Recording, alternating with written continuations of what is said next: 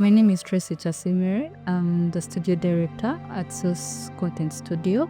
We took it upon ourselves to move for her to address the issues that are actually ongoing. And it's not all about making money every other day. Sometimes we'd like to use the platforms that we have to let people out there know. With me today, I have a very special woman. Some of you have seen her on social media. She'll introduce herself, and this will be one of a very important episode on our podcast, The Gods Have Spoken. So, with me I have Lucky Agawa. That's my name. I am a feminist, a land surveyor by profession. So Lucky, October, we see a lot of pink ribbons, we see a lot of pink campaigns, pink things going on, yeah? And then we've been told it is the month for acknowledging breast cancer.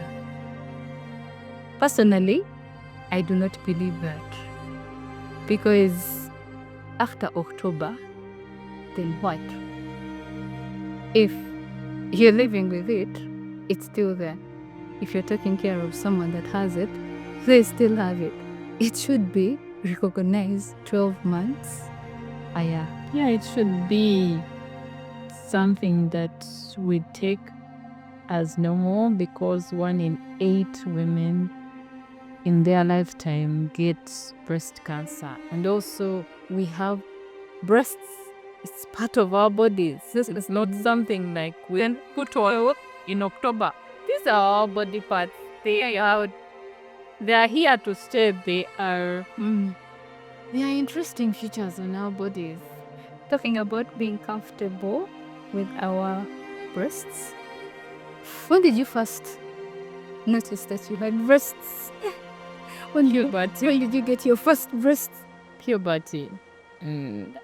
I cannot put a timestamp on when. How old were you? Because I don't remember so many things about it, but I was either in senior 2, around senior 2, senior 3. I was looking forward to my breasts because people had breasts by secondary school. I was a little boy then, if at all I did have breasts. So when breasts came, I was excited. I hear when breasts came, there's very big them a distributing thing.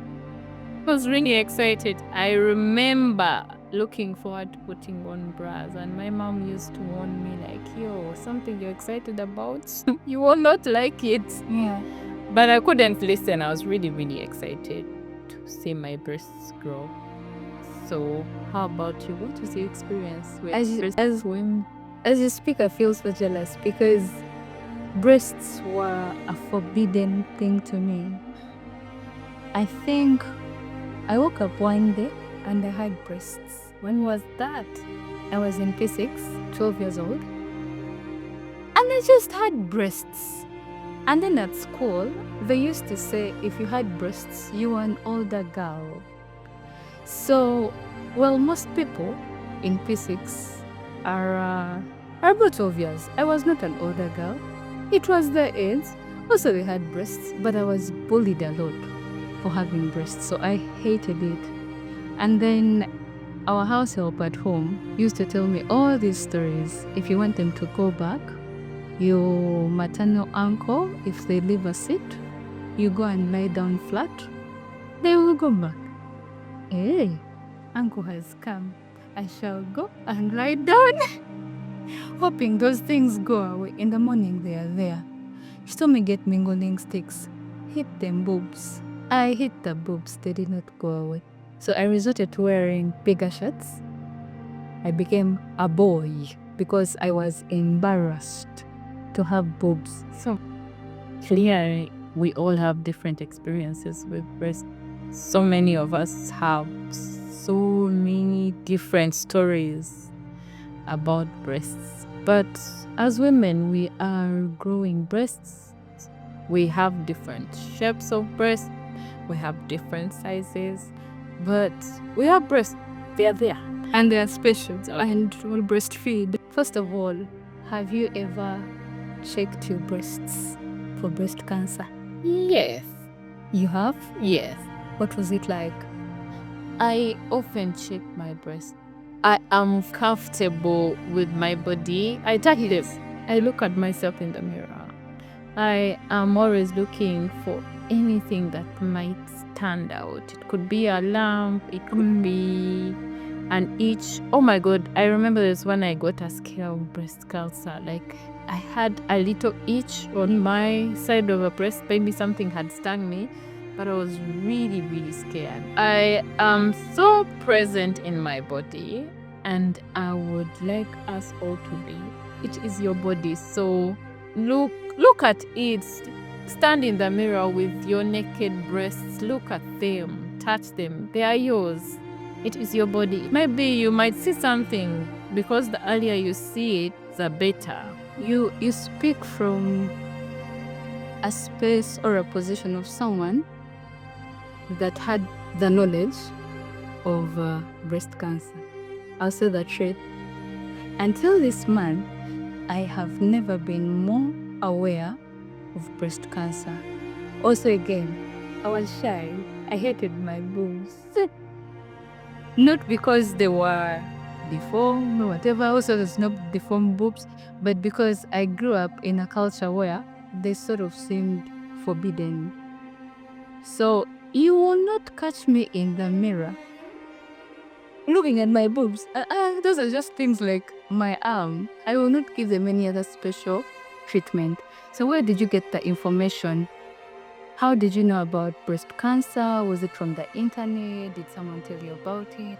How did you know to touch your boobs? What were you doing? These are your titties. But they are telling me how to check for a lump. Anyways, I think I've also got to know about breast cancer from the internet. Thank God we are keeping so many stories on the internet, so many experiences. Oh my God, the internet is so addictive. I am so passionate about women and things that concern us because I am a woman. So it is something that interests me. Yeah. I would love to know my body. I would love to be so present in my body and be in control of things that happen within my body. So yeah, I was interested. Some interesting thing to look into as a woman. If all you are also like a woman. Lucky, just to correct you on that, as a woman, there is a 1% of men that get breast cancer. And these are things that no one talks about, that I have also just learned. And I'm like, oh my goodness, everyone needs to go for screening. Also, just like you go for a regular body checkup, where you do a full body checkup, you don't have to wait for the lump. I think, because I've always wondered, how do you get breast cancer?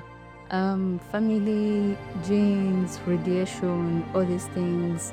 But in this modern day, where even this whole thing of older people, men from 50 to 70, it doesn't work like that. We have seen younger people prone to breast cancer, yeah?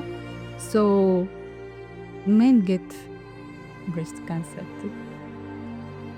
It is not just the women. The beginning of the beginning is know your body, be comfortable in your body, touch your body. Like, if at all there is any change in your body, if you are so conversant with your body, you will notice it in time. Yeah.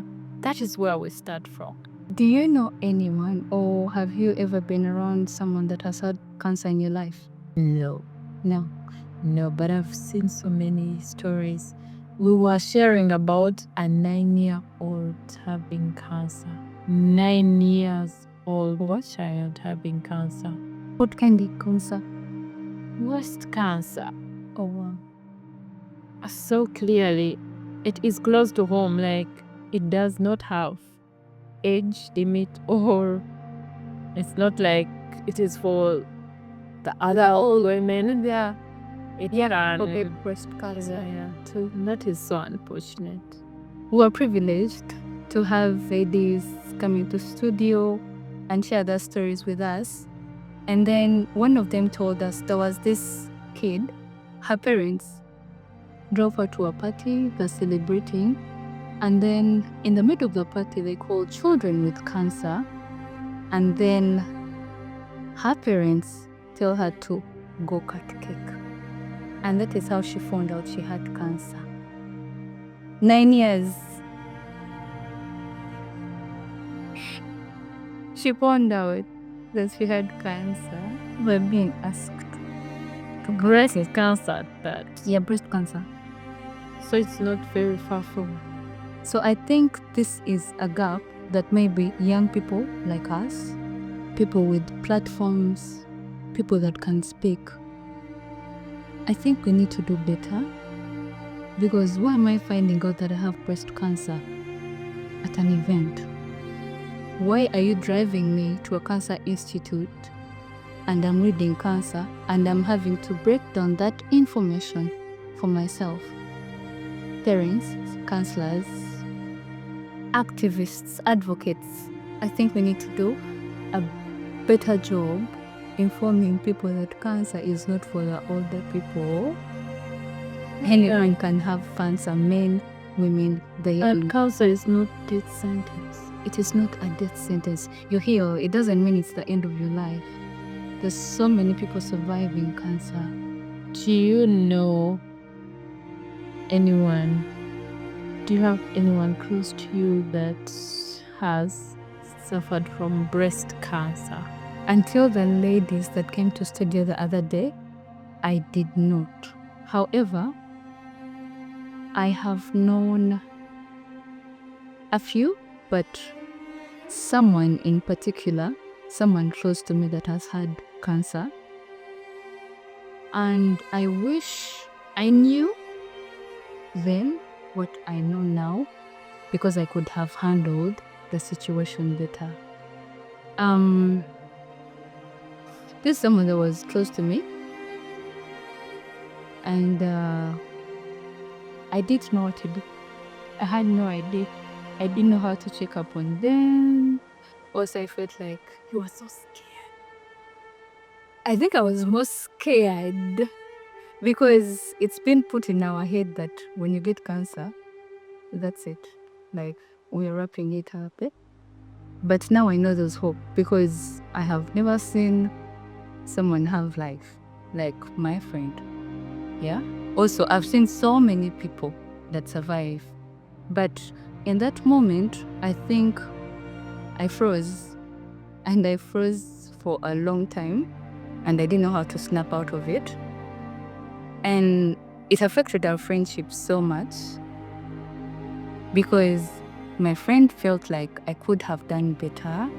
I should have checked up on them. I should have gone to see them. I don't know, support them in any way, whatever way you can, because we were really close.